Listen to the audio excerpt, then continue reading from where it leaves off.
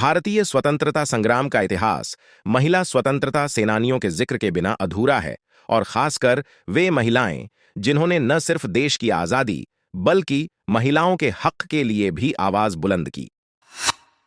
विडंबना की बात यह है कि बहुत से लोगों ने इनमें से कई नाम भी नहीं सुने होंगे। कई स्वतंत्रता सेनानियों की तो तस्वीरें तक उपलब्ध नहीं हैं। इसलिए आज इस लेख में हम आपको ऐसी 5 महिला स्वतंत्रता सेनानियों के बारे में बता रहे हैं जिन्होंने न सिर्फ देश की आजादी बल्कि स्त्रियों के अधिकारों की भी लड़ाई लड़ी थी। आधुनिक समय की सभी बेटियां, महिलाएं इन स्वतंत्रता सेनानियों विमेन फ्रीडम फाइटर्स की रानी हैं। 1. मणिबेन पटेल। सरदार वल्लभभाई पटेल की बेटी मणिबेन पटेल भी अपने पिता की तरह देशभक्त थीं। अपने पिता और गांधी जी के आदर्शों पर चलते हुए उन्होंने अपना पूरा जीवन देश की सेवा के लिए समर्पित कर दिया था। साल 1903 में 3 मार्च को जन्मी मणिबेन ने गुजरात विद्यापीठ से अपनी पढ़ाई पूरी की। कहते हैं कि जब वल्लभ भाई पटेल अपनी कानून की पढ़ाई के लिए इंग्लैंड गए तो अपने बेटे और बेटी को बॉम्बे के क्वींस मैरी स्कूल में छोड़कर गए थे। मणिबेन अंग्रेजी में बात करती थीं। फ्रेंच भाषा उनके विषयों में शामिल थी। यह लगभग तय था कि स्कूल की पढ़ाई के बाद वह इंग्लैंड पढ़ने जाएंगी। लेकिन किस्मत को शायद कुछ और ही मंजूर था, क्योंकि जैसे जैसे सरदार पटेल गांधी जी के संपर्क में आए, उनकी जीवन शैली और रहन सहन बिल्कुल बदल गया। उनके साथ साथ उनकी बेटी मणिबेन भी स्वदेशी के रंग में रंग गई और इंग्लैंड की बजाय उन्होंने महात्मा गांधी द्वारा शुरू किए गए गुजरात विद्यापीठ से अपनी पढ़ाई की। धीरे धीरे मणिबेन खुद अपने पिता और गांधी की बनाई राह पर आगे बढ़कर देश सेवा में लग गई। उनके मार्गदर्शन में उन्होंने नमक सत्याग्रह और असहयोग आंदोलन में भाग लिया। इस दौरान कई बार जेल भी गई, लेकिन संघर्ष से पीछे नहीं हटी। देश की स्वतंत्रता के प्रति वह इतनी समर्पित थीं कि उन्होंने कभी शादी नहीं की। साल 1942 में भारत छोड़ो आंदोलन के दौरान भी उनकी गिरफ्तारी हुई। 1945 तक वह पुणे के येरवड़ा जेल में थी। बताते हैं कि मणिबेन अपनी पिता के लिए उनकी परछाई की तरह थीं। वह उनके हर दिन का हिसाब रखती थी कि कब उन्हें किससे मिलना है। इसके लिए मणिबेन ने एक डायरी बनाई हुई थी, जिसमें वह सरदार पटेल और उनकी दिनचर्या से जुड़ी बातें लिखती थीं। उनके पिता जिस भी सभा में जाते, वह साथ हुआ करती थीं। शायद इसलिए हर कोई कहता है कि वह एक महान बेटी भी थीं और देशभक्त भी। आजादी के बाद भी मणिबेन समाज सेवा के लिए कई सामाजिक संगठनों के साथ कार्यरत रहीं। मणिबेन हमेशा ही अपने पिता और गांधी जी की तरह सादा जीवन में विश्वास रखती थीं। साल 1990 में उनका देहांत हो गया। 2. बसंतलता हजारिका। बसंतलता हजारिका उन स्वतंत्रता सेनानियों में से एक हैं जिनके बारे में आपको बहुत कम ही पढ़ने को और जानने को मिलेगा।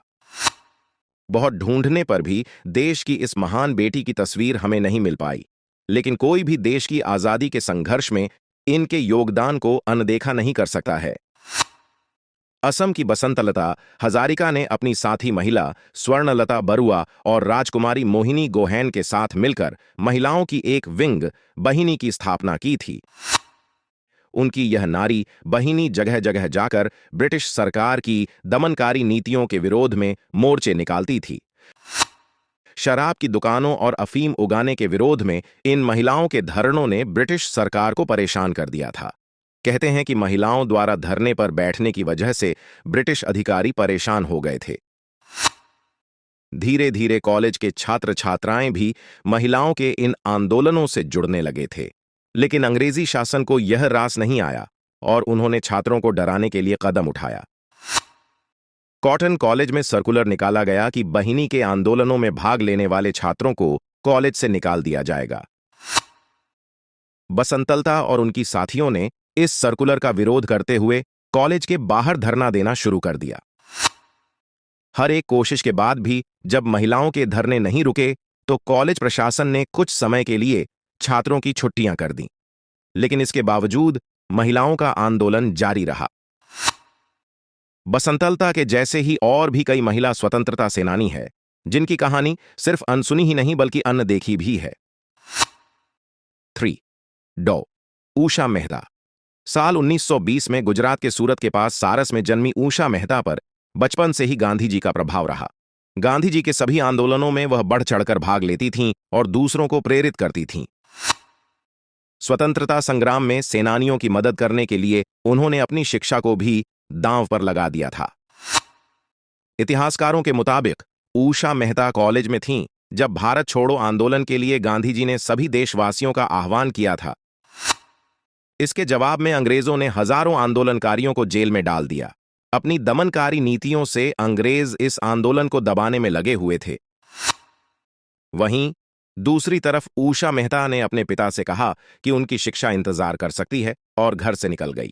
इसके बाद लगभग 15 दिनों तक किसी को नहीं पता था कि ऊषा कहां है।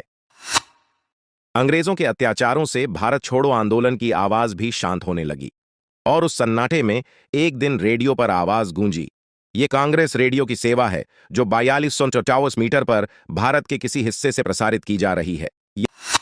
यह आवाज ऊषा मेहता की थी, जिन्होंने अपने साथियों के साथ मिलकर कांग्रेस पार्टी के लिए एक खुफिया रेडियो स्टेशन शुरू किया था। विट्ठल भाई जवेरी, चंद्रकांत जवेरी, बाबू भाई थक्कर और ननका मोटवानी उनके साथ थे। ननका मोटवानी शिकागो रेडियो के मालिक थे। इन्होंने ही रेडियो ट्रांसमिशन का काम चलाऊ उपकरण और टेक्नीशियन उपलब्ध करवाए थे। यह रेडियो ब्रिटिश शासन के खिलाफ आजादी की आवाज बन गया था। जिस वक्त प्रेस की आवाज दबा दी गई थी, उस वक्त में रेडियो के जरिए ही देश के दूर दराज के इलाकों तक आजादी की अलख जलाई जा रही थी।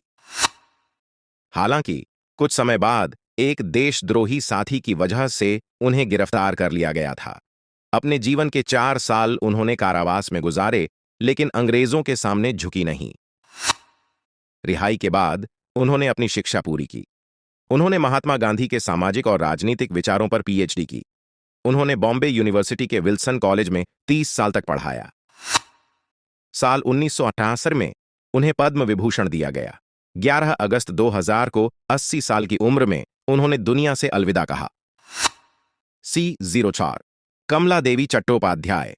कमला देवी चट्टोपाध्याय का जन्म 3 अप्रैल 1903 को कर्नाटक के मैंगलोर शहर में हुआ था। वह एक संपन्न ब्राह्मण परिवार से संबंध रखती थी। कमला देवी की शादी महज 14 साल की उम्र में हो गई थी, लेकिन 2 साल बाद ही उनके पति का निधन हो गया। लेकिन घर में बैठकर अपने भाग्य को कोसने की बजाय कमला ने कुछ अलग करने की ठानी। उनकी मां और नानी ने उनका हर कदम पर साथ दिया। पहले उन्होंने अपनी शिक्षा पूरी की और फिर स्वतंत्रता संग्राम से जुड़ गई। बताया जाता है कि यह कमला ही थीं जिनके कहने पर गांधी जी ने नमक सत्याग्रह में महिलाओं की भागीदारी के लिए हामी भरी थी। कमला देवी ने भारी संख्या में महिलाओं को इकट्ठा कर गांधी जी के साथ मिलकर नमक कानून तोड़ा। हालांकि कमला यहीं पर नहीं रुकी। उन्होंने बॉम्बे स्टॉक एक्सचेंज और बॉम्बे हाईकोर्ट के बाहर इस नमक की नीलामी की। पहली बार भारत में स्वदेशी नमक का पैकेट 501 रुपए में बिका। इसके बाद कमला देवी का नाम चर्चा में आने लगा, क्योंकि वह देश की आजादी के साथ साथ महिलाओं के हक के लिए भी मुखर रहीं।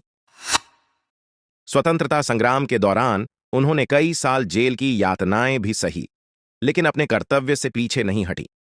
महिलाओं को राजनीति का रास्ता दिखाने का श्रेय भी कमला देवी को जाता है, क्योंकि साल 1926 में उन्होंने मद्रास विधानसभा से चुनाव लड़ा और मात्र 55 वोट से हार गई। लेकिन इसके साथ ही चुनाव लड़ने वाली वह पहली महिला थीं। इसके बाद राजनीति में भी महिलाओं की भागीदारी बढ़ गई। इस चुनाव से कमला देवी का राजनीतिक सफर शुरू हो चुका था, जिसका लक्ष्य कभी भी पद नहीं था बल्कि बदलाव था। C0 आजादी के बाद भी बिना कोई राजनीतिक पद लिए वह देश सेवा में लगी रहीं। कमला देवी को भारत के उच्च नागरिक सम्मान पद्म भूषण और पद्म विभूषण से सम्मानित किया गया। इसके अलावा कमला देवी को रेमन मैग्सेसे पुरस्कार से भी सम्मानित किया गया। 29 अक्टूबर 1988 को 35 वर्ष की आयु में इनका निधन हो गया। 5 चंद्रप्रभा सैकियानी। चंद्रप्रभा सैकियानी का जन्म 16 मार्च 1901 को असम में कामरूप जिले के दोईसिंगारी गांव में हुआ। उनके पिता रतिराम मजुमदार गांव के मुखिया थे और उन्होंने अपनी बेटी की पढ़ाई पर काफी जोर दिया। चंद्रप्रभा बचपन से ही महिलाओं के अधिकारों के प्रति सजग रहीं। चंद्रप्रभा ने न केवल अपनी पढ़ाई की, बल्कि अपने गांव में पढ़ने वाली लड़कियों पर भी ध्यान दिया। बताते हैं कि जब वह 13 साल की थीं, तो उन्होंने अपने गांव की लड़कियों के लिए प्राइमरी स्कूल खोला। वहां इस 13 साल की शिक्षिका को देखकर स्कूल इंस्पेक्टर प्रभावित हुए और उन्होंने चंद्रप्रभा सैकियानी को नौगांव मिशन स्कूल का वजीफा दिलवाया। लड़कियों के साथ शिक्षा के स्तर पर हो रहे भेदभाव के खिलाफ भी उन्होंने अपनी आवाज को नौगांव मिशन स्कूल में जोर शोर से रखा और वह ऐसा करने वाली पहली लड़की मानी जाती है। समय के साथ साथ चंद्रप्रभा स्वतंत्रता सेनानियों के किस्सों से प्रभावित होने लगी, खासकर कि महात्मा गांधी की असम यात्रा ने उन पर गहरा प्रभाव छोड़ा। उन्होंने न केवल लड़कियों की शिक्षा के लिए काम किया, बल्कि उनके अधिकारों के प्रति जागरूकता फैलाने और स्वतंत्रता आंदोलन को उन तक पहुंचाने के लिए राज्य भर में साइकिल से यात्रा की। इसके लिए उन्होंने महिला मोर्चा गठन किया। वह लोगों को विदेशी वस्तुओं के बहिष्कार करने की अपील करने लगीं। असम में उनके जागरूकता अभियान को बढ़ता देखकर अंग्रेजों ने उन्हें गिरफ्तार भी किया, लेकिन चंद्रप्रभा रुकी नहीं, बल्कि आजादी तक उनका संघर्ष जारी रहा। साल 1972 में उन्होंने अपनी आखिरी सांस ली। भारत सरकार द्वारा उन्हें पद्मश्री से नवाजा गया है। भारत की इन महान महिला स्वतंत्रता सेनानियों के योगदान को हम कभी भूल नहीं सकते हैं। संघर्षों का सामना करते हुए इन महिलाओं ने हर चुनौती पर विजय हासिल की। इनकी कहानी हमें प्रेरणा देती है। हम सभी हमेशा इनके आर्णी रहेंगे।